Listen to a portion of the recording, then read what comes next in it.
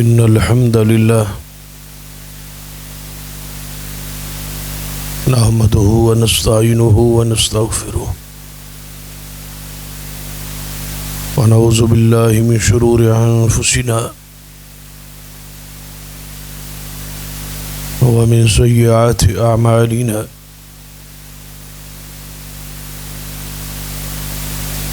من يهد الله فلا مضل له ومن يضلل فلا هادي له أشهد أن لا إله إلا الله وحده لا شريك له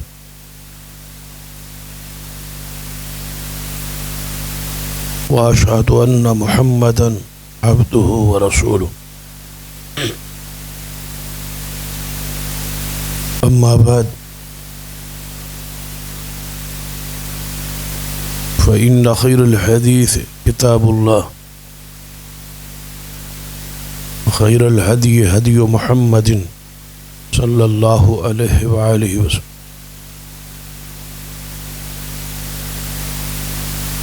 وشر الأمور محدثاتها وكل محدثة بدعة وكل بدعة ضلالة أما بعد فأعوذ بالله السميع العليم من الشيطان الرجيم من همزه ونفخه ونفثه بسم الله الرحمن الرحيم فمن تولى بعد ذلك فأولئك هم الفاسقون رب اشرح لي صدري ويسر لي أمري واحلل عقدة من لساني يفقهوا قولي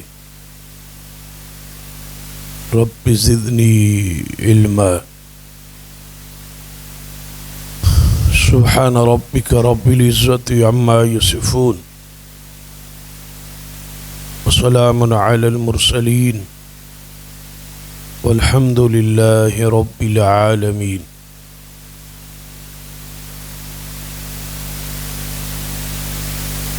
حضرات،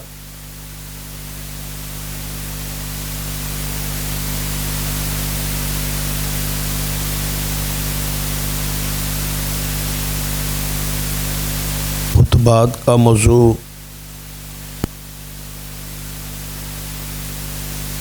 جاری ہے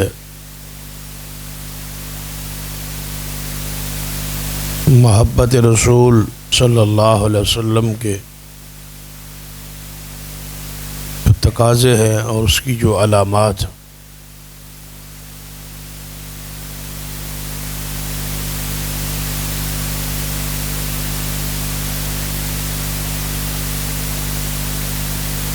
اس دعوے میں اور اس محبت میں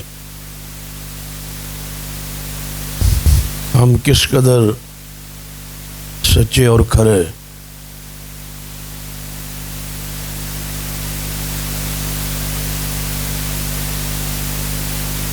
اس حوالے سے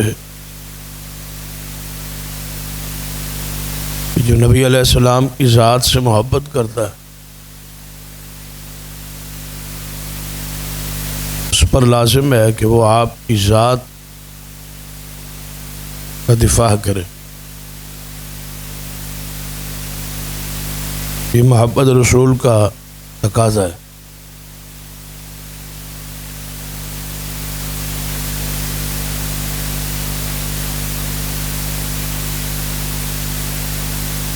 اگر وہ دفاع کرے گا تو یقیناً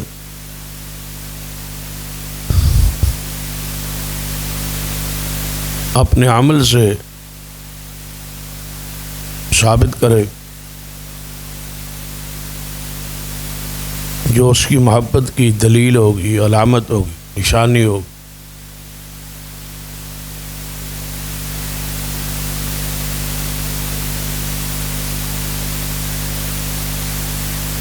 ذات کے ساتھ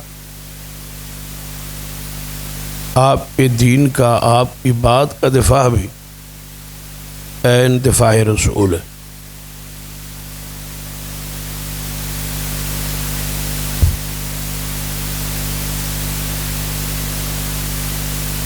ایک شخص ذات کا دفاع تو کرتا ہے، اس کے لیے جان بھی آد،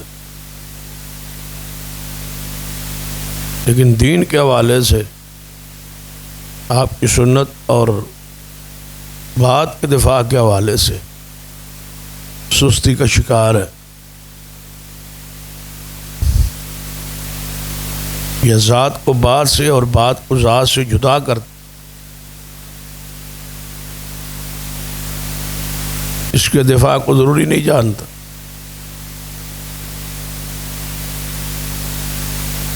اس کی اہمیت کو گراتا ہے، تو ایسا انسان محبت رسول کے دعوے میں کھڑا نہیں۔ صحابہ کرام رضوان اللہ علیہم اجمعین یہاں آپ کی ذات کا دفاع کیا ہے اور اس پر حق ادا کیا۔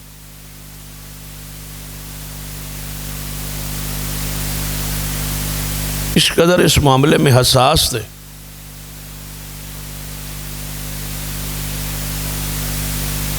سیدنا خبیب رضی اللہ تعالیٰ عنہ کے بارے میں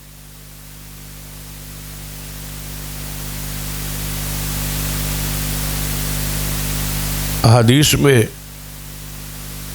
جذبات موجود ہے اور عمل موجود،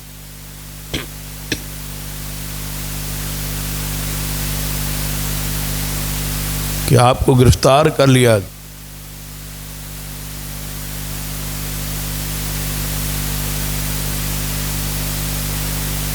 آپ نے کافروں کے سردار کو مارا تھا، اس کے بیٹوں نے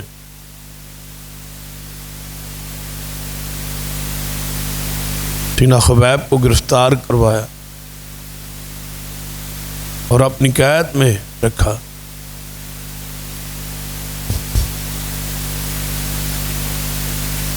مختلف اس میں عربوں کا تذکرہ احادیث میں موجود ہے۔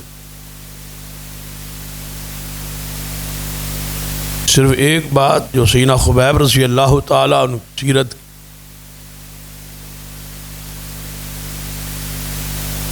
ہمارے موضوع سے متعلقہ ہے،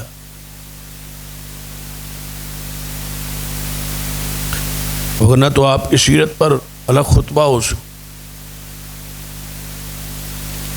آپ کی قربانی پر، آپ کی جذبات پر، آپ کی شہادت پر، لیکن آپ کی سیرت کا صرف وہ ایک حصہ، وہ ایک جملہ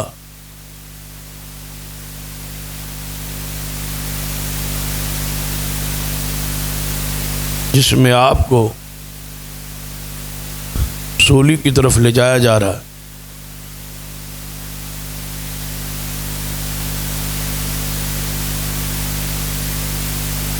کفار نے یہ بات کہی، سارے ہمارے حربے ناکام ہو گئے، آپ نے ہماری کوئی بات نہیں مانی، سوکھتے دکھ تکالیف برداشت کرنے کے باوجود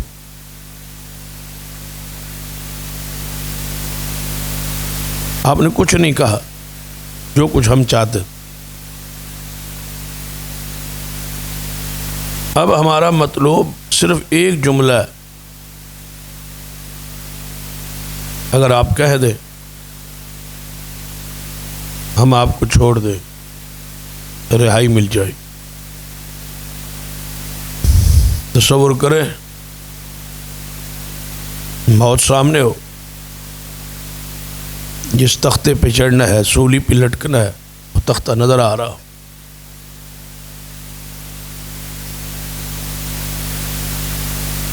بیوی بچے اولادیں سارا کچھ ہو،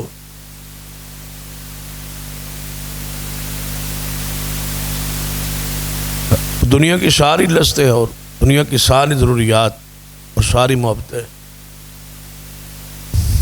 جس میں ہم مصروف ہیں اور کھوئے ہوئے،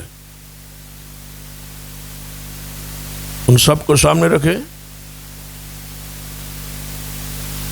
اور کفار کا جو تقاضا ہے سینہ خبیب سے، اس پہ غور کریں. اور پھر سینہ خبیب رضی اللہ تعالیٰ کے جواب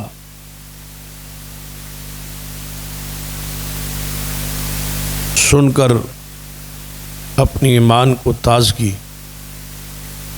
دیں کہ کیا فرما رہے. سولی کی طرف، تختے کی طرف لے جایا جا رہا ہے. کفار نے تھک ہار کے جو آخری مطالبہ اور تقاضا سیدنا خبیب رضی اللہ تعالیٰ سے پیش کہنے لگے، اے خبیب، اگر سولی سے بچنا چاہتے ہو صرف یہ بات کہہ دو، کاش میری جگہ پر رسول اللہ سولی چڑھ جاتے، بس اتنا کہہ دو. آپ کے کہنے سے کچھ ہونا نہیں ہے. نبی علیہ الصلوۃ والسلام مدینہ طیبہ میں محفوظ اور موجود ہے، آپ یہاں مکہ میں. یہ آپ جملہ کہنے سے حضور کو کوئی تکلیف نہیں پہنچنی، لیکن ہمارا دل ٹھنڈا ہو جائے گا. کفار کا چھوڑ بھی دیں گے، جو ہمارے باپ کو تو نے مارا ہے اس کو معاف بھی کر دیں. دین کو چھوڑنے کا تقاضا بھی نہیں ہے، اسلام کو چھوڑنے کا تقاضا بھی نہیں، صرف یہ جملہ کہہ دے.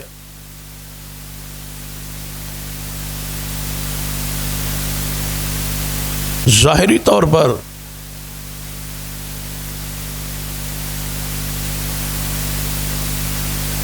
اگر قرآن و سنت سے کے دلائل پہ غور کیا جائے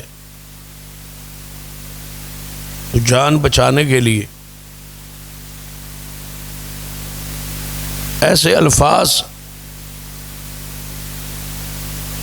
کہہ دینے کا جواز بھی موجود ہے. اگر دل سے یہ بات نہ کہی جائے، دل قرآن پر، رسول اللہ پر، دین پر مطمئن ہو،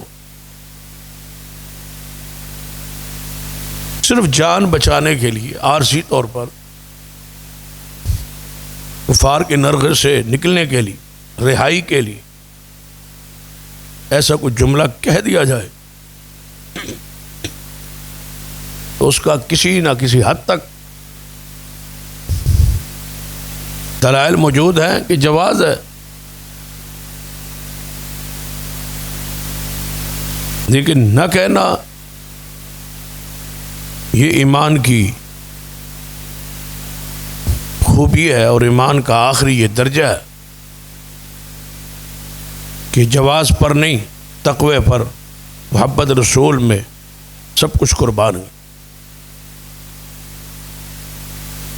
کفار کا یہ تقاضا تھا، لیکن ایمان کے بعد لَتُؤْمِنُنَّ بِهِ وَلَتَنْصُرُنَّهُ، جس آیت کے تحت ہم چند خطبات دے رہے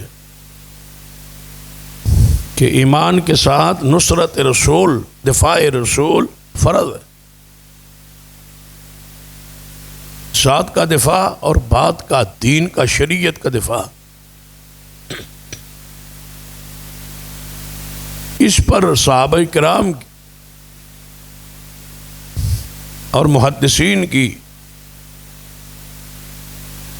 ایک نورانی راہ موجود ہے، تابناک ماضی ہے ہمارے اسلاف. لیکن افسوس ہے کہ ہم جن واقعات کو روزانہ سنتے ہیں اس کے واقعے کے طور پر تو سن لیتے، پھر اس سے کچھ نتیجہ اخذ کرنے کے لیے یا اس سنت اور اس راہ پر چلنے کے لیے ہم تیار نہیں ہوتے. اس حوالے سے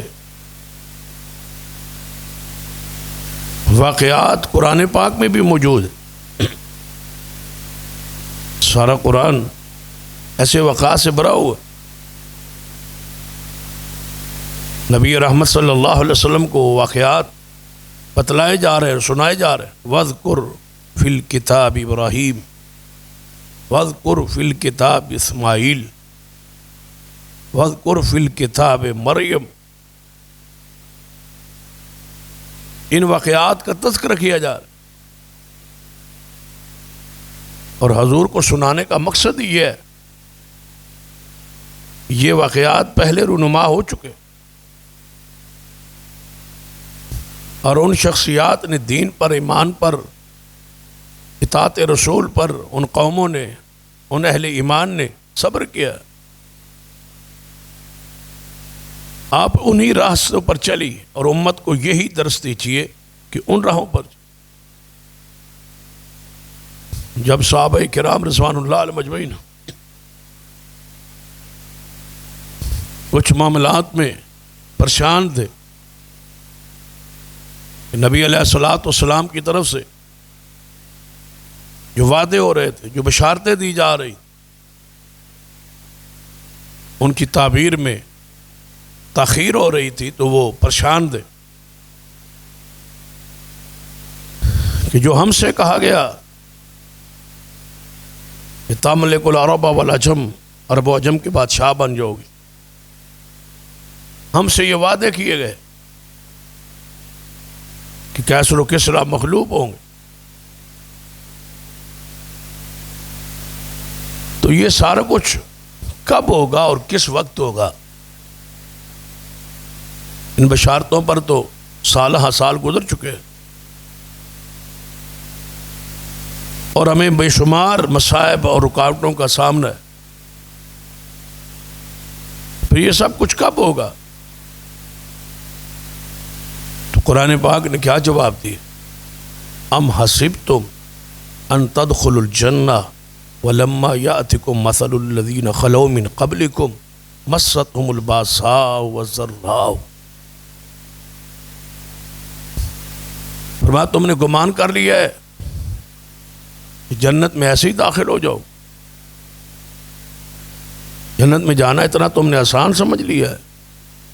لیکن کو کہا جا رہا ہے اصحاب رسول کو یہاں اپنی حیثیت پہ غور کریں کہ ہماری حیثیت کیا ہے۔ فرمایا تم نے یہ گمان کر لیا، خیال کر لیا ہے کہ جنت میں ایسے ہی داخل ہو جاؤ؟ تم سے پہلے جو جنت میں جا چکے ہیں، ان کی سیرت کو، ان کے کردار کو، ان کے مصائب اور علام کو، ان کی تکالیف کو آپ نے نہیں پڑھا؟ پھر اسی آیت کے تحت وہ حدیث ہے کہ نبی علیہ الصلوۃ والسلام نے فرمایا تم گھبرا گئے ہو، تم سے پہلے لوگوں کے جسموں کو لوہے کی کنگھیوں سے چھلنی کیا، وہ جنت میں تب پہنچے، تب انہیں جنت کی خوشبو آتی تھی، تب وہ جنت کے حقدار ٹھہرے، اور تم ویسے ہی جنت میں چلے جاؤ گے۔ اللہ کی سنت ایک ہے، جن راہوں سے گزر کے اصحاب رسول جنت میں گئے، یاد رکھیے قیامت تک وہی راستہ ہے، اسی منہج اور اسی راہ پر چلنا پڑے، جیسے انہوں نے مصائب کو برداشت کیا کرنا پڑے۔ جو یہ ہم سمجھتے ہیں نا کہ آج معاملات آسان ہے، یہ ہماری غلط فہمی۔ آج معاملات اس دور سے مشکل ہے،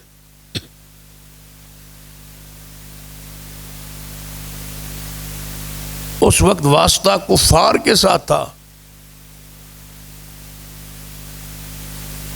آج کا ہمارا واسطہ کفار کے ساتھ بھی ہے، اور انہی کی سوچ اور فکر کے دائی جو لوگ ہیں اسلام کے روپ میں، ان کے ساتھ جو توحید اس دور میں بیان ہوئی، رسول رحمت صلی اللہ علیہ وسلم نے کی اور اصحاب رسول نے کی، اور جو مصائب اور دکھ اور تکالیف اٹھائے، آج اگر توحید کا بیان وہی ہو تو مصائب بھی اسی طرح ہے۔ ہم نے کمپرومائز کر لیا ہے، ہم مصلحت کا شکار ہیں، ہم سست روی کا شکار ہیں، ہمارا ایمان عقیدہ کمزور ہو چکا ہے، ہم نے معاشرے اور حالات کے ساتھ معاملات طے کر لی، یہاں تک ہم جائیں گے، اس سے آگے دکھ اور مصائب کے راہ پر ہمارے لیے چلنا مشکل ہے۔ یہ کیسے ہو سکتا ہے جب مجدد دین و ملت شیخ الاسلام امام محمد بن عبد الوہاب رحمہ اللہ نے عرب کی سرزمین توحید کے انقلاب کے لیے چلنا شروع کیا، تو بتلائیے کہ وہ مقابلہ کفار کے ساتھ تھا یا کلمہ گو لوگوں؟ کنہوں نے راستوں کو روکا ہے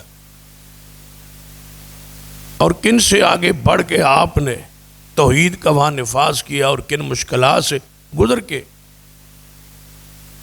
آج بھی وہی حال، ہم برداشت کے عادی ہے، ہمارا دل زنگ آلود ہے، ایمان اتنا کمزور ہے کہ کچھ کہنے اور کرنے کے ہم لائق نہیں رہے، وگرنہ مشکلات اسی طرح خالص سنت کو بیان کرے، پھر دیکھیں اہل بدعت آپ کا حشر کیا کرے، خالص توحید کو بیان کرے، پھر دیکھیں اہل شرک آپ کے ساتھ حسن سلوک کیا کرے۔ آج بھی خالص کتاب و سنت کا نظام نفاذ کے لیے کوشش کرے، شاید کفار سے زیادہ رکاوٹیں آپ کے سامنے کھڑے کریں گے یہی لوگ جو اسلام کے دعوے دار۔ اس لیے ہم نے دفاع رسول اور دفاع دین کے لیے کیا کیا ہے، اس پہ ہمیں اپنے گریبان میں جھانکنا چاہیے کہ ہماری ایمان کی حالت اور کیفیت کیا ہے۔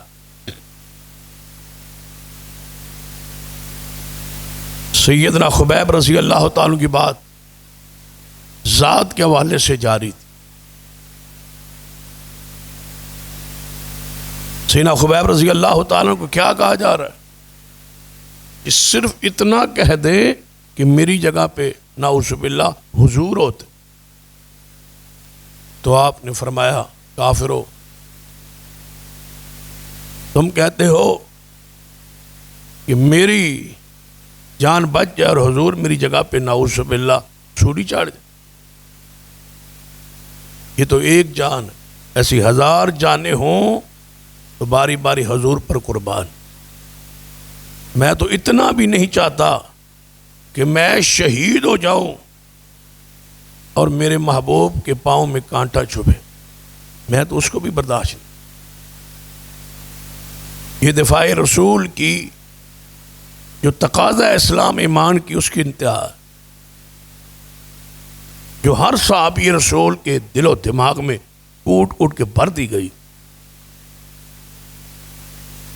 ایسی جماعت، ایسے افراد کی تیاری کی اس وقت معاشرے کو ضرورت، تب جا کے اسلام کا غلبہ ہو سکتا۔ جب ہمارے اندر ہی وہ جذبہ، وہ ایمان کی کیفیت نہیں رہی، ہم اہل منکرات کو دل سے برا کب جان؟ جو ایمان کا کمزور ترین درجہ ہے اس پر بھی ہم موجود نہیں، اس سے آگے تو ایمان کا درجہ ہی کوئی۔ تو دفاع رسول، ذات رسول کے دفاع کے ساتھ ساتھ دین اور حضور کی بات کا دفاع، عین رسول اللہ کا دفاع، یہ حق اصحاب رسول کا تھا، ذات کے دفاع، وہ اپنے اس حق کو کما حق کو ادا کر گئے۔ اصحاب رسول کے بعد، حضور کے دنیا سے جانے کے بعد آپ کی حرمت، آپ کی عزت، آپ کی تکریم، آپ کی حدیث، آپ کی سنت، اس کا دفاع تابعین سے، حضور کی وفات سے شروع ہوتا ہے اور آج تک ہے اور آج سے قیامت۔ اس پر ایک دو واقعات کہ حضور کے اصحاب جو ہے انہوں نے ذات کے بعد کیسا دفاع کیا ہے حضور کے دین کا، اس حوالے سے سیدنا ابو بکر صدیق رضی اللہ تعالی عنہ کی شاندار سیرت کا گزشتہ خطبے میں چند واقعات بیان کہ آپ نے ایک ہی وقت میں مرتدین کے خلاف، منکرین ختم نبوت کے خلاف، مانعین زکوٰۃ کے خلاف جہاد کی راستے کو اپنایا، اور جس لشکر کو نبی علیہ السلام ترتیب فرما چکے تھے اس کو بھی روانہ کیے۔ یہ ہے ان کے دین کا اور حضور کی بات اور امر کا دفاع۔ اس کے ساتھ ساتھ اصحاب رسول بدعات کے رد میں اور سنت کے دفاع میں ایک ایسا کردار ہے جو ہمارے لیے مشعل راہ ہے۔ پڑھ لیجیے اصحاب رسول، کہیں دین کے اندر اضافہ یا کوئی گنجائش نکالنے کی کوشش کی جا رہی ہے تو اصحاب رسول سامنے کھڑے۔ جو آج ہم پر فریضہ ہے، میں چاہتا ہوں کہ ان باتوں کا رخ ہمارے اپنے عمل کی طرف جائے۔ ہماری جو ذمہ داری ہے، اصحاب رسول کے واقعات تو بیان ہو چکے، اپنی ذمہ داری کی طرف ان واقعات کو اپنی ذات اور اپنے ایمان کا جو تقاضا ہے اس پر ذرا جو ہے وہ فٹ کرنے کی کوشش کرے کہ اصحاب رسول کے بعد یہ دین کی حفاظت اسی گروہ کی ذمہ داری ہے۔ میں صرف آپ سے مخاطب ہوں جس گروہ کے بارے میں رسول اللہ کی بشارتیں ہیں، یہ گروہ قیامت تک دین پر قائم رہے۔ جس گروہ کے بارے میں محدثین کا اجماع ہے جس گروہ نے قیامت تک دین پر قائم رہنا ہے، اس سے مراد محدثین یعنی اہل الحدیث۔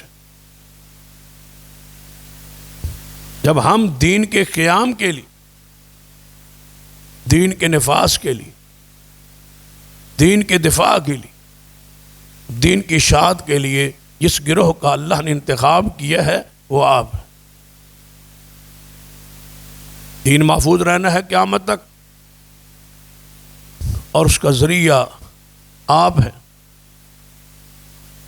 اس لیے میں کہا کرتا کہ اپنے آپ کو ایک گروہ یا فرقہ نہ جانا کرے۔ آپ وہ جماعت ہے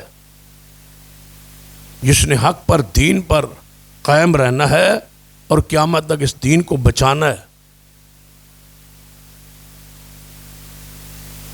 ہم شاید اس مخلوط معاشرے میں رہ کے لوگوں کے ساتھ میل جول میں ہم نے اپنے آپ کو خود ایک فرقہ اور گروہ تسلیم کر لی، یا اس مسلک اور اس منہج پہ آنے والے لوگ یہ سمجھتے ہیں کہ شاید ہم پر اللہ کا فضل ہوا، ہم شرک اور بدعات سے بچ کے اس گروہ میں آ، اس کی کچھ چند اوصاف خوبیاں ان کے ذہن۔ لیکن میں یہ چاہتا ہوں کہ اس سے تھوڑا سا آپ آگے نکلے کہ آپ اس زمین پر اللہ کی نشانیوں میں سے نشانی ہے۔ آپ اہل خلق پر حجت ہے، جو اللہ کی مخلوق ہے اس زمین پر، ان پر آپ حجت ہے۔ آپ کو قیامت والے دن اس طرح سمجھے بطور مثال پیش کیا جائے گا کہ یہ کیا یہ گروہ موجود نہیں تھا۔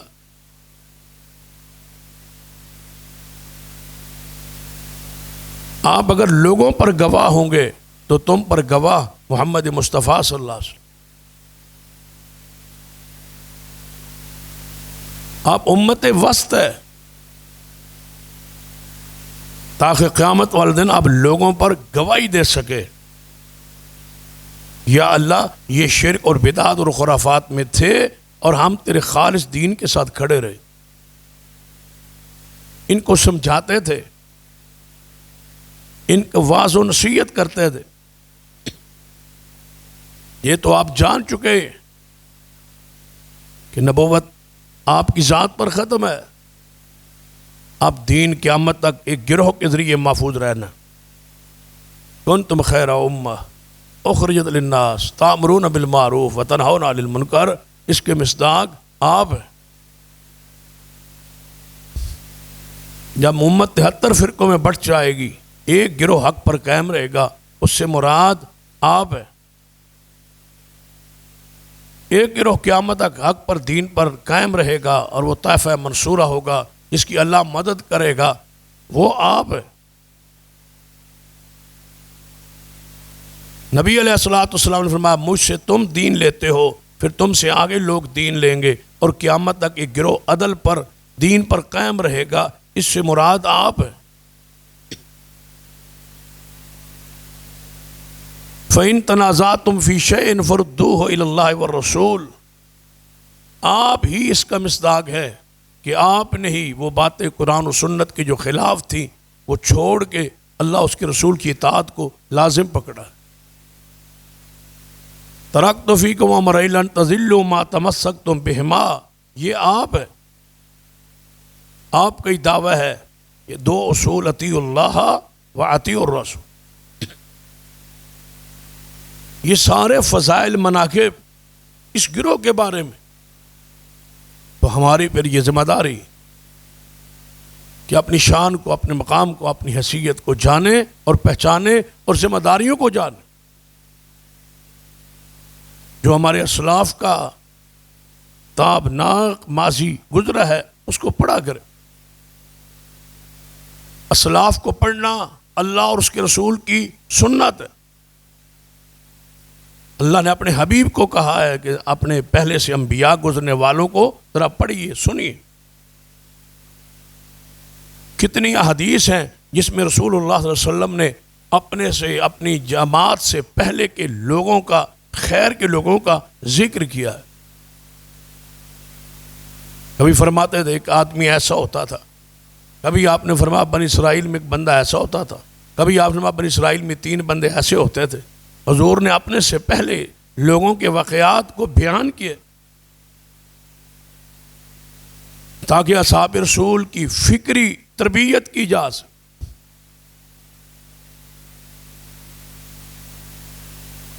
تاریخ کو اس لیے پڑھنا کہ ایمان میں تازگی ہو۔ لوگ تو تاریخ پڑھتے ہیں نا جدل کے لیے، جھگڑوں کے لیے، لڑائیوں کے لیے۔ اصحاب رسول اور تابعین کو مجروح کرنے کی۔ آپ ان سچے واقعات کو پڑھا کرے، ایمان کی تازگی کے، اس راہ پہ چلنے کا جذبہ پیدا ہو۔ تو صحابہ کرام کو پڑھ لیجئے اس حوالے سے۔ سیدہ کائنات اماں جی عائشہ رضی اللہ تعالی عنہا کے بارے میں روایت موجود ہے کہ آپ کے بھائی عبد الرحمن بن ابی بکر رضی اللہ تعالیٰ کے گھر بیٹا بیٹی ہونے کی امید تھی۔ آپ سے کہا گیا اللہ تبارک و تعالی رحمت فرمائے گا اور آپ کے بیٹے، آپ کے بھائی کو بیٹا دے گا۔ تو جب بیٹا ملے نا آپ کے بھائی کو، تو آپ نے اونٹ ذبح کرنا ہے بطور عقیقہ تاکہ زیادہ گوشت ہو اور زیادہ لوگ کھائیں. تو ام المومنین سیدہ عائشہ رضی اللہ تعالیٰ عنہ جواباً کیا ارشاد فرمایا کہ ایسا ہی کریں گے؟ نہیں. کتنے لوگ ہیں آج جو قربانی کے جانوروں میں عقیقے کے حصے ڈال، کتنے لوگ ہیں جو بچوں کے عقیقوں میں گائے، اونٹ اور کٹھے ذبح کرتے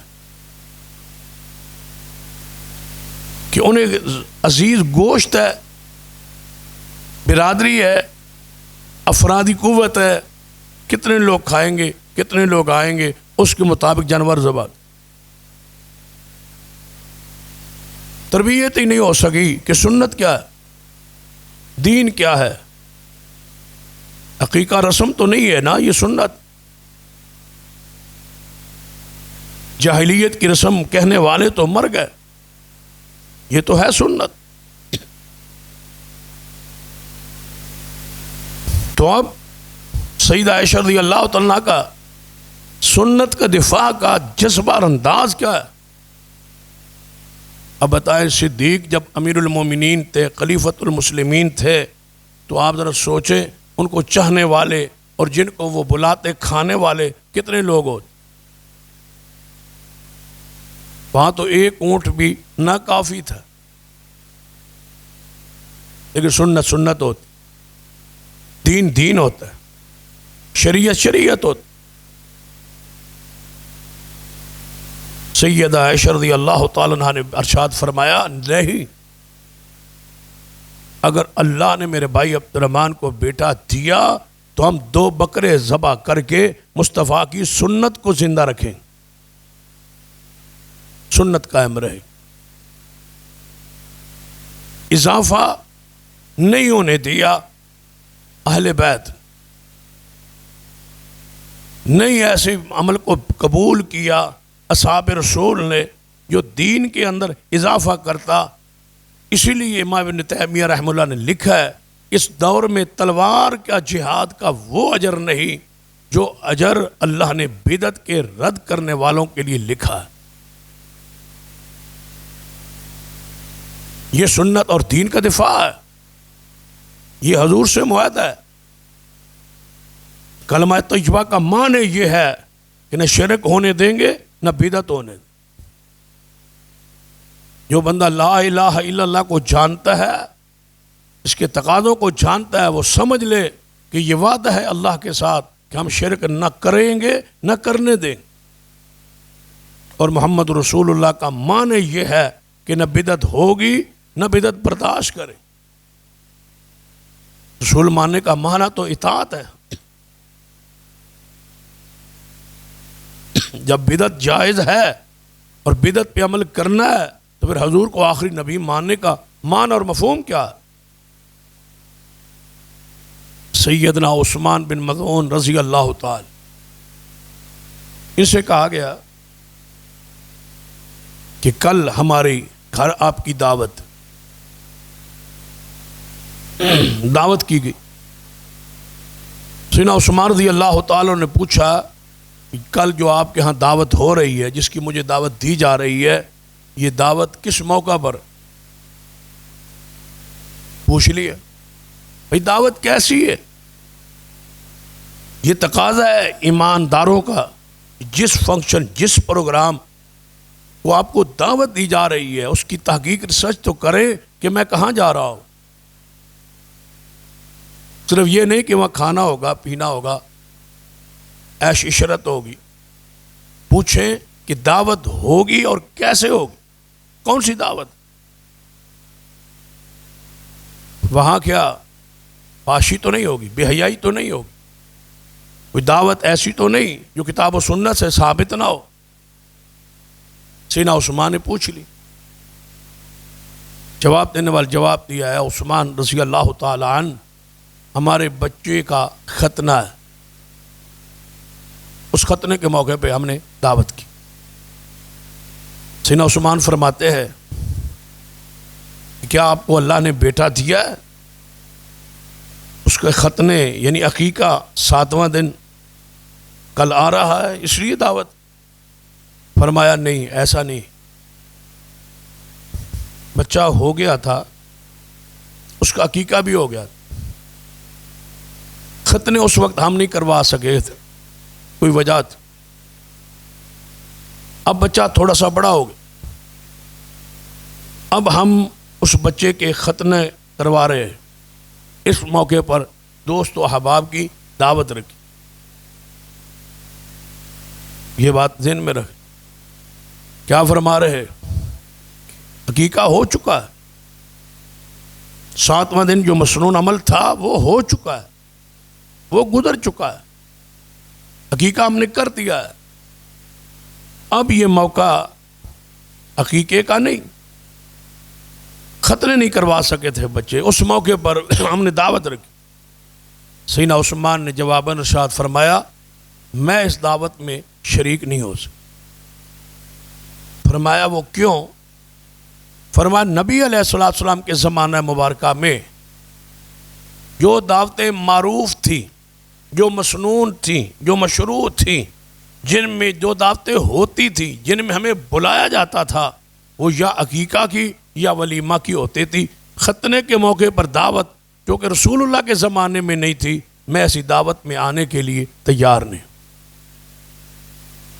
جب آپ ایسی دعوت میں شریک ہوتے ہیں جو دعوت کتاب و سنت کے برعکس ہے یا اس میں اضافہ ہے، گویا آپ نے دین کو گرانے میں تعاون کیا ہے، جبکہ ذمہ داری دین کو بچانے کی تھی. آپ کا فریضہ تو یہ ہے.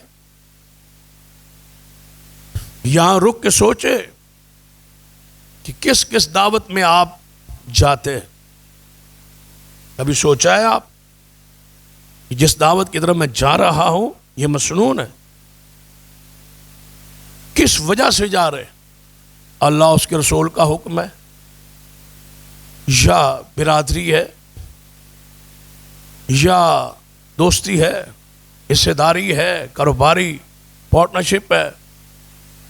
کوئی جو معاملہ ہے اس کو واضح کرے، دل میں ذرا نیت ارادے میں کرے، لے آئے کہ میں کیوں جا رہا ہوں. کیا یہ دعوت کتاب و سنت کے تابع ہے یا صرف بندے کو راضی کرنے کے لیے اور بدعت اور خرافات اور رسومات میں آپ شریک؟ مجبوری ہے، وہ مہندی کی دعوت ہے، وہ منگنیوں کی دعوتیں ہیں، اور کتنی چیزیں جو ہمارے معاشرے میں رواج پا چکی ہے، جس کی وجہ سے ہمارا معاشرہ مہنگائی کی چکی میں پس رہا ہے اور ہم مقروض ہیں انہی رسومات پر عمل کرنے کی. چندے مانگتے اور صدقہ مانگتے لوگوں کو دیکھا ہے. میں بچیوں کی شادی کے بعد مقروض ہو گیا ہوں. قرض کس لیے لیا تھا؟ آپ اس کی رسموں پہ غور کریں اور اس کی جان پہ رحم دیکھیں کہ یہ کیا کر رہا ہے. اور ان پر افسوس ہے جو زکوٰۃ دیتے ہیں ان بندوں. وہ رسموں پر مقروض ہوا، وہ بدعات پر مقروض ہوا، وہ خرافات پر مقروض ہوا، وہ شیطنت پر مقروض ہوا، وہ خلاف اسلام عمل کر کے مقروض ہوا. یا اس نے توبہ کر لی؟ نہیں، وہ تو آئندہ زندگی میں یہی کچھ کرنے کا عزم رکھ کے، اور آپ اس پر زکوٰۃ خرچ کر رہے ہیں، اس کے گناہوں میں مدد کر رہے ہیں زکوٰۃ کے ذریعے. کبھی آپ نے سوچا ہے مومن بے وقوف نہیں ہوتا، مومن عقل مند ہوتا. قرآن حدیث کو پڑھیے، اللہ تعالیٰ اہل ایمان کو جب مخاطب کرتا ہے نا، کئی مقام پہ فرماتا ہے یا اولی الالباب، عقل والو. مومن عقل والا ہو، بے وقوف نہیں ہوتا، خرچ سے پہلے سوچتا ہے. کیونکہ قیامت والے دن صرف مال کے بارے میں نہیں پوچھا جائے گا کمایا کہاں سے، یہ بھی پوچھا جائے گا خرچ کہاں کی. وَلَا تَعَاوَنُوا عَلَى الْإِثْمِ وَالْعُدْوَانِ، گناہوں اور زیادتی کے کاموں میں تعاون تو حرام ہے. تَعَاوَنُوا عَلَى الْبِرِّ وَالتَّقْوَىٰ، تعاون تو نیکی اور تقوی کے کاموں میں. صحابی رسول نے ایسی دعوت قبول کرنے سے انکار کیا. ذرا اس طرف توجہ کیجیے. سیدنا عبداللہ بن عمر رضی اللہ تعالیٰ عنہما ایک لفظ کے اضافے کے ساتھ کس طرح چہرے پر غصہ اور جلال. سیدنا عبداللہ بن عمر رضی اللہ تعالیٰ عنہما موجود ہیں. ایک بندے کو چھینک آئی. جب چھینک آئے تو کیا کہنا ہے؟ الحمدللہ. جس نے الحمدللہ کو سن لیا وہ یرحمک اللہ. پھر جس کو چھینک آتی ہے وہ جواب دیتا ہے یہدیکم اللہ ویصلح بالکم. یہ ہے عمل مسنون. اب جس کو چھینک آئی ہے وہ عبداللہ ابن عمر رضی اللہ تعالیٰ عنہما کی مجلس میں بیٹھا ہے اور کہتا کیا ہے؟ الحمدللہ والسلام علی رسول اللہ. سیدنا عبداللہ بن عمر نے فرمایا یہ تو نے کیا کہا ہے؟ وہ کہتا ہے میں نے الحمدللہ کہا والسلام علی رسول اللہ کہا ہے. فرمایا الحمدللہ کی تو سمجھ آ گئی ہے کہ یہ حضور کی سنت، رسول اللہ کا فرمان، یہ حضور کا عمل ہے. لیکن آگے جو لفظ تو نے کہا ہے والسلام علی رسول اللہ، یہ جملہ جو آپ نے کہا ہے سلام ہو اللہ کے رسول پر، یہ آپ نے اس کے ساتھ کیوں ملایا؟ وہ کہتا ہے اس میں عرض کیا ہے؟ یہ جملہ ہمارے دور کا لگتا ہے آج کی بات ہے، کل کی بات. اس میں عرض کیا ہے؟ سلام ہی پڑھا ہے حضور پر. کیا آپ نے قرآن نہیں پڑھا صلو علیہ وسلم تسلیما؟ کیا آپ نے حدیث نہیں پڑھی درود کی فضائل کے حوالے سے؟ جو حضور پر درود و سلام پڑھتا ہے اللہ اس پر 10 سلامتیں نازل کرتا ہے، 10 درجے بلند کرتا ہے، 10 گناہ معاف کرتا ہے. وہ رسول اللہ کے قریب تر ہوگا، وہ حضور کی شفاعت کا حقدار ہوگا جو کثرت سے مصطفیٰ پر درود پڑھتا ہے. یہ سارے فضائل، یہ ساری حدیث، ان کا کوئی مسلمان انکاری نہیں. تو کیا کہتا ہے والسلام علی رسول اللہ کہنے سے کیا ہوگا؟ عبداللہ بن عمر رضی اللہ تعالیٰ عنہ کا جواب سنی، جواب کا انداز سنی.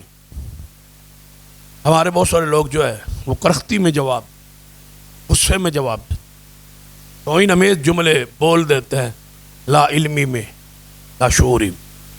سیدنا عبداللہ بن عمر کا جواب سنیے، اس کو مشل راہ بنا لی.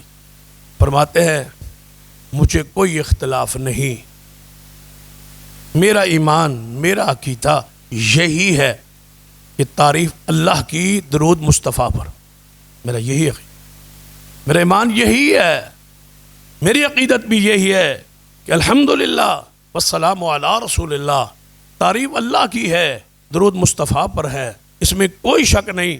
لیکن پیارے جہاں تو نے پڑھا ہے وہاں مصطفیٰ نے سکھلایا نہیں ہے. جہاں آپ نے پڑھا ہے نا یہاں نہیں سکھلایا، وہاں پڑھا جاتا ہے جہاں محمد مصطفیٰ تعلیم دیتے. میں عبداللہ بن عمر ایک لفظ کا اضافہ چاہے کتنا وہ پیارا جملہ کیوں نہ ہو میں برداشت نہیں کرتا. مجھے بتلائیے صحابی رسول بڑی محفل میں کیوں بولا ہے ایک لفظ کو سن کے جو حضور کی سنت سے ثابت نہیں تھا. یہ ہمارا فریضہ ہے، یہ تقاضا ہے اسلام کا ہم سے. اس کے بغیر ہمارا ایمان اسلام مکمل نہیں. ڈٹ چاہیے سنت پر، دین پر، اور اس کے پھر دفاع پر اور اس کی اشاعت. اگر ہم کہتے ہیں نا ایک ایک مسئلے کو ہم لے کے بیٹھ گئے، ایک ایک مسئلہ نہیں ہوتا، بات فکر کی منہج کی ہوتی. امام مالک رحمۃ اللہ علیہ کی سیرت کو پڑھے، وہ کس لیے کھڑے ہو گئے؟ کون سا عقیدہ توحید میں فرق آ گیا تھا؟ کون سا عقیدہ ختم نبوت کا مسئلہ تھا؟ صرف ایک واقعہ ہے جس کی بنیاد پر امام مالک رحمہ اللہ نے اپنے جسم پر کوڑے کھائے. کیا مسئلہ ہے؟ کہ ایک جوڑا جا رہا ہے، وقت کے بادشاہ کا عورت پر شادی کو دل چاہ کہ اس عورت سے یہ خوبصورت ہے، اسی سے میں نے نکاح کیا. بتلایا گیا یہ تو شادی شدہ ہے. کہا گیا بادشاہ تھا، اس نے کہا اس کے شوہر کو بلا کے اس سے جبری طلاق لے لو، اگر طلاق نہیں دیتا تو جبری طلاق لے لو اور میں اس سے نکاح کرنا چاہتا ہوں، جبری طلاق لے لی۔ سارے علماء تسلیم کر گئے، مان گئے کہ بادشاہ کو استثناء حاصل ہے، جب تک وہ ایوان صدر میں ہوتا ہے اس سے استثناء ہوتا ہے۔ یہ کہاں کہ خبیث قانون ہے کہ بادشاہ کو استثناء ہوتا ہے گناہ کرنے کا، نافرمانی کرنے کا، اس کو کوئی نہیں پوچھ سکتا۔ پتہ نہیں کہاں کا قانون ہے، اسلام میں تو نہیں ہے، دین میں تو نہیں ہے، شریعت میں تو نہیں ہے، استثناء حاصل ہے۔ بادشاہ جو کرے یہ اسی خباستوں کی ایک جو نا انہی حرکات میں سے یہ ایک ہے، بادشاہ کو استثناء حاصل ہے، کہا گیا اس کو استثناء حاصل ہے جو وہ کرے۔ قاضی بھی مان گئے، مولوی بھی مان گئے، ائمہ بھی مان گئے، حتیٰ کہ ایک قاضی نے فتویٰ دے کے چیف جسٹس کا عہدہ بھی راتوں رات سنبھال لی۔ پورا ملک خاموش تھا سوائے امام مالک۔ امام مالک کھڑے ہو، کون سا مسئلہ ہے بھائی؟ امام مالک کس لیے کھڑے ہوئے؟ یہ ہمارے اسلاف ہے، امام اہل حدیث کہا جاتا ہے، امام مدینہ کہا جاتا ہے امام مالک رحمہ اللہ۔ دیکھ لی جو قاضی بنے تھے مٹ گئے نام، جنہیں فتوے دیے تھے ختم ہو گئے۔ آج امام مالک کا پھر ذکر پوری دنیا میں ہو رہا ہے، صرف ایک سنت کے، ایک دین کے دفاع کے لیے کھڑے ہونے، کیونکہ معمولی کام ہے، یہی نبیوں کا کام، یہ اب ذمہ داری اہل حق کی، علماء کی اور اہل حق کی ہے۔ امام مالک کھڑے ہو گئے، فرمایا جبری طلاق نہیں ہو سکتی، یہ نہ طلاق ہے اور نہ یہ نکاح۔ بادشاہ بدکاری کر رہا، نکاح نہیں ہوتا۔ پھر امام مالک کو پکڑا گیا، جیلوں میں ڈالا گیا، علماء کے وفد کو تیار کر کے امام مالک کے وفد بھیجا گیا۔ امام مالک رحمہ اللہ، ہر دفعہ ایسا ہوتا ہے، مجھے وہ واقعہ یاد آ رہا ہے، بہاولپور شہر میں پروفیسر عبداللہ بہاولپوری رحمۃ اللہ علیہ کمال کے اہل حدیث تھے۔ ان کے خطبات کو آج بھی پڑھ کے ایسے لگتا ہے جیسے زندہ انسان بول رہا ہے۔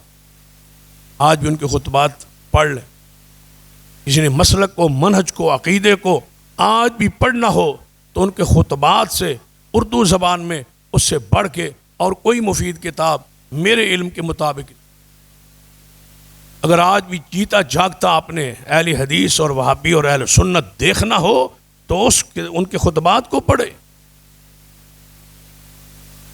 سارے علماء مل کے آئے، سارے مسالک، شیخ بہاولپوری رحمہ اللہ کے، کہ آپ تھوڑا سا نرمی کریں، ہم مل کے توحید پر کام کرتے ہیں، اہل شرک کا رد کرتے ہیں، اہل کفر کا رد کرتے ہیں، رفس کا رد کرتے ہیں، آپ کمپرومائز کریں، ہمارے ساتھ مل جل کے رہے۔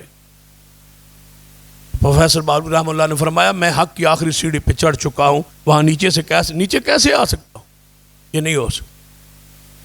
بہاولپور کے علماء نے مل کے خط لکھا سید داؤد غزنوی رحمہ اللہ کہ آپ ذرا پروفیسر بہاولپوری رحمہ اللہ کو آپ سمجھائے، تھوڑا سا مصلحت سے کام۔ وہ امیر جماعت تھے، انہوں نے لکھ دیا خط، اور چلو خط ایک آیا ہے، چلو اس پر خط لکھ دیا کہ آپ کے خلاف یہ خط تھا، تھوڑی سی سختی، تھوڑی سی نرمی کرے۔ جواباً لکھا تھا کہ میں جب جیل میں جاؤں تو ملاقات اور ضمانت کے لیے نہ آنا، لیکن توحید بیان کرنے سے میں نہیں روک سکتا، یہ نہیں ہو سکتا، یہ اسلام ہے، یہ دین ہے، یہ ذمہ داری ہے۔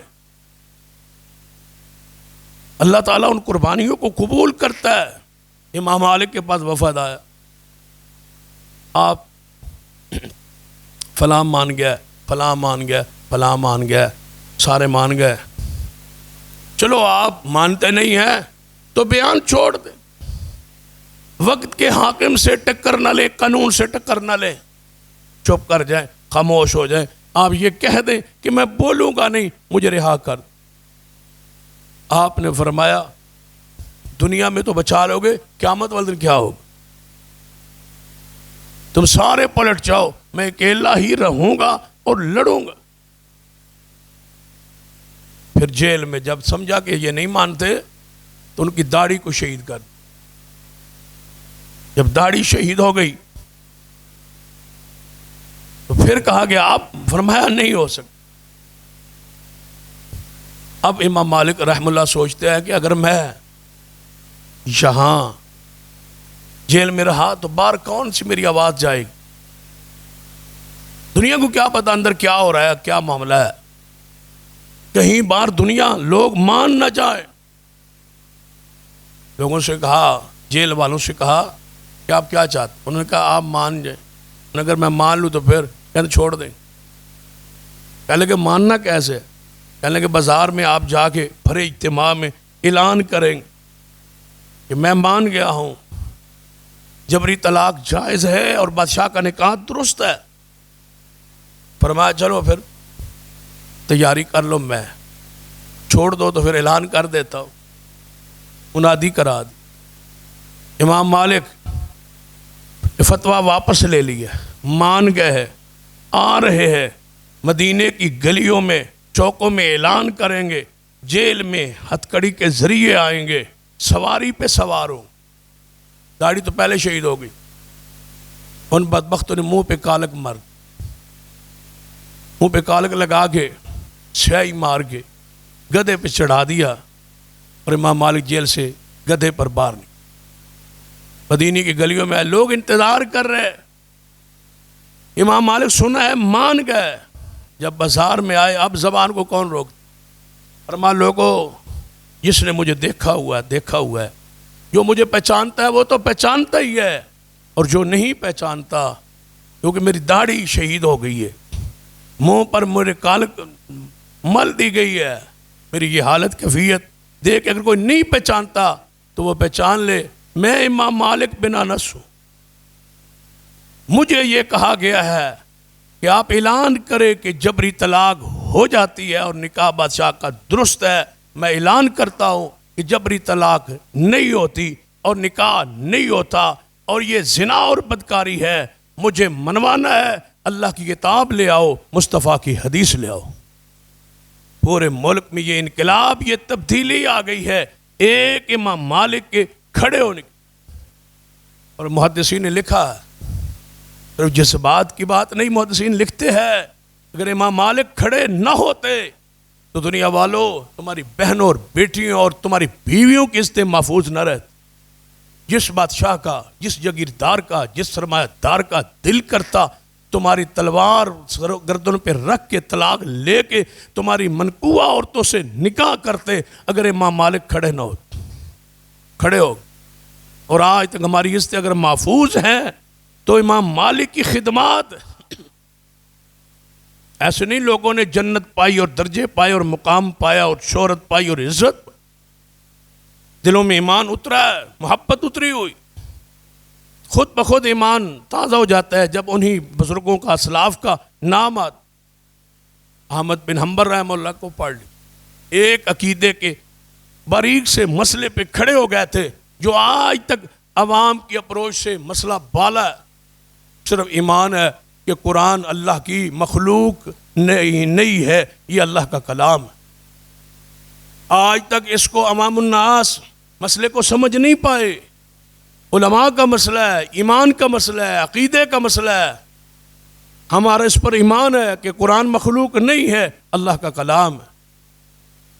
بڑے بڑے لوگوں نے اس پر ایسے انداز میں گفتگو کی، اس کے مسئلے کو الجھا دیا گیا، عام فام نہیں رہنے دیا گیا۔ لیکن امام احمد بن حنبل کے دور میں سارے حکومت سمیت لوگوں نے کہا یہ قرآن مخلوق ہے، فرمایا نہیں، مخلوق نہیں، جیل میں ڈال دی۔ آسان ہوتا تھا جیل میں ڈال دیا جیل۔ امام احمد بن حنبل کو کوڑے مارے۔ مورخین نے صحیح سن سے یہ لکھا ہے کہ آپ کو کوڑے مارنے سے جسم کے اندر، پیٹھ کے اندر اتنا یعنی گہرا گڑھا بن گیا، روزانہ جب اس پر تھوڑا سا اس پر کوئی دوائی لگاتے، مرہم وغیرہ لگاتے، تھوڑا سا زخم بہتر ہوتا نا تو اگلے دن پھر کوڑے مارتے۔ اور یہ لکھا ہے اگر ہاتھیوں کی پشت پر یہ کوڑے مارے جائیں وہ بھی برداشت نہ کر سکتے، اتنے کوڑے گئے۔ پھر جب جیل سے کوڑے کھانے کے لیے روزانہ نکلتے نا بیرک سے، تو آگے بیرک میں ایک بہت بڑا زمانے کا بدنام ڈاکو تھا ابو الحسن، وہ گرفتار تھا اور وہاں تھا۔ اس کو پتہ چلا احمد بن حنبل یہاں سے روزانہ گزرتے ہیں، جب وہ گزرتے تو اندر سے آواز دیتا، اے احمد بن حنبل ڈولنا نہیں، نہ ڈولنا، میں ڈاکے مار مار کے تھک گیا ہوں، میں گرفتار ہوتا ہوں، کوڑے کھاتا ہوں، پھر رہا ہوتا ہوں، پھر ڈاکے مارتا ہوں، میں ڈاکوں سے باز نہیں آیا تو دین سے باز آ جائے۔ اور جب رہا ہوئے تھے نا، پھر تہجد کے وقت اٹھ کے دعا کرتے تھے، اے اللہ ابو الحسن پر رحمت نازل کر، اے اللہ اس ڈاکو پر رحم کر، اسے ہدایت دے۔ بیٹے نے کہا ابا جی اس کے لیے کیوں دعائیں کرتے ہیں؟ فرمایا بیٹا وہ نہ ہوتا تو میں ڈول گیا ہوتا، وہ مجھے حوصلہ دیتا تھا۔ لوگ کتنے ہیں جو گناہوں سے باز نہیں آتے، ہم دین سے چھپے ہوئے، لوگ اعلانیہ ڈاکے مارتے ہیں، چوریاں کرتے ہیں، زنا کرتے ہیں، بدمعاشی کرتے ہیں، جیلیں بھری ہوئی ہے، لیکن ہم جیل میں جانے کے لیے تیار نہیں ہے۔ ڈر لگتا ہے بھائی لوگوں دنیا گناہ کر کے جیل میں جائے گی، آپ تو نیکی کر کے جیل میں جائیں۔ کیا سیدنا یوسف علیہ السلام گناہ سے بچنے کے لیے جیل میں نہیں گئے؟ اگر اس طرح سمجھنا ہے تو سید عبداللہ غزنوی رحمہ اللہ کو پڑھی۔ یہ سید داؤد غزنوی رحمہ اللہ کے دادا جان سید عبداللہ غزنوی رحمہ اللہ، مسلکن اہل حدیث، کابل میں قبول کیا، قبر پہ کھڑے تھے، دادا اپنے دادا کی قبر پہ کھڑے تھے، کہتے ہیں میں قبر پہ کھڑا تھا کشف کے لیے، حالت عقیدے کی یہ تھی، کشف کے لیے، مدد کے لیے قبر پہ کھڑا تھا، تقرب کے لیے۔ تو اچانک مجھے کوئی ایسی آواز محسوس ہوئی، آواز آتی ہے لا الہ غیرک، کیا کر رہے ہو؟ اللہ کے سوا کوئی معبود نہیں۔ تو کہتے ہیں یہ جملہ میری ہدایت کا رخ موڑنے کے لیے کافی تھا۔ شاہ اسماعیل دہلوی رحمہ اللہ کتاب تقویت الایمان کو پڑھنا شروع کیا اور بخاری شریف کو لے لیا، پڑھنا شروع کیا، کہتے عقیدہ بھی بدل گیا اور عمل بھی بدل گیا۔ یہ جو آخری تشہد میں یا تشہد میں ہم انگلی اٹھاتے، اسے رفع سبابہ کہا جاتا، یہ انگلی نبی علیہ الصلوۃ والسلام کی یہ سنت۔ افغانستان میں جب اس سنت پر سید عبداللہ غزنوی نے عمل کرنا شروع کیا تو باکابل کے حکمران نے کہا اس کی انگلی کاٹ دو۔ مولوی نے شکایت کی یہ نئی نماز لا رہا ہے، یہاں انگلی کاٹ دی گئی، انگلی اٹھانے پر، اشارہ پر۔ یہاں رواج کیا ہے؟ اشہد اللہ پہ اٹھاتے ہیں، اب تو ہو رسولوں پہ رکھ دیتے ہیں، یہ سنت نہیں ہے۔ پورے تشہد میں انگلی کو اٹھائے رکھنا یہ مصطفیٰ کی سنت، رفع سبابہ، یہ ہمارا امتیازی مسئلہ ہے۔ بلایا گیا کابل کے حکمران نے، یہاں رہنا ہے تو رفع الیدین نہیں کرنا، یہاں رہنا ہے انگلی نہیں اٹھا سکتے، یہاں رہنا ہے اونچی آمین نہیں کہہ سکتے۔ خچر پہ سامان رکھا، سامان لاد کے ہندوستان کی طرف چل پڑے اور کابل سے باہر آ کے کہا اے کابل کے حکمرانوں اور شہر کے لوگوں سن لو، سنت نہیں چھوڑ سکتے۔ جا رہا، آج بھی قبر ہندوستان کے شہر امرتسر میں موجود، یہ انہی کا خاندان، غزنویہ خاندان۔ اللہ نے یہاں رہ کے پھر دین کا کام کیا لیا؟ اللہ نے 12 بیٹے بخشے اور 12 کے 12 محدثین ہیں، سارے علماء۔ 15 بیٹیاں اللہ نے بخشی، وہ بھی دین پڑھنے والی اور جاننے والی تھی۔ آپ کے بیٹا عبدالجبار غزنوی رحمہ اللہ، پھر ان کے بیٹے سید داؤد غزنوی رحمہ اللہ، پھر ان کے بیٹے سید ابو بکر غزنوی رحمہ اللہ، صرف ایک انگلی اٹھانے کی وجہ سے کابل سے نکالا گیا، نکلے اور کھڑے ہو گئے سنت کے لیے۔ یہ ہم پر فریضہ ہے، اس کو ہم انشاءاللہ ادا کرتے رہیں۔ یہ حضور کی ذات کا یہی دفاع ہے، حضور کی بات اور سنت کا بھی یہی دفاع ہے۔ اللہ ہمیں اس پہ عمل کی توفیق دے۔ اقول قولی ھذا واستغفر اللہ لی ولکم ولسائر المسلمین وآخر دعوانا الحمد للہ رب العالمین۔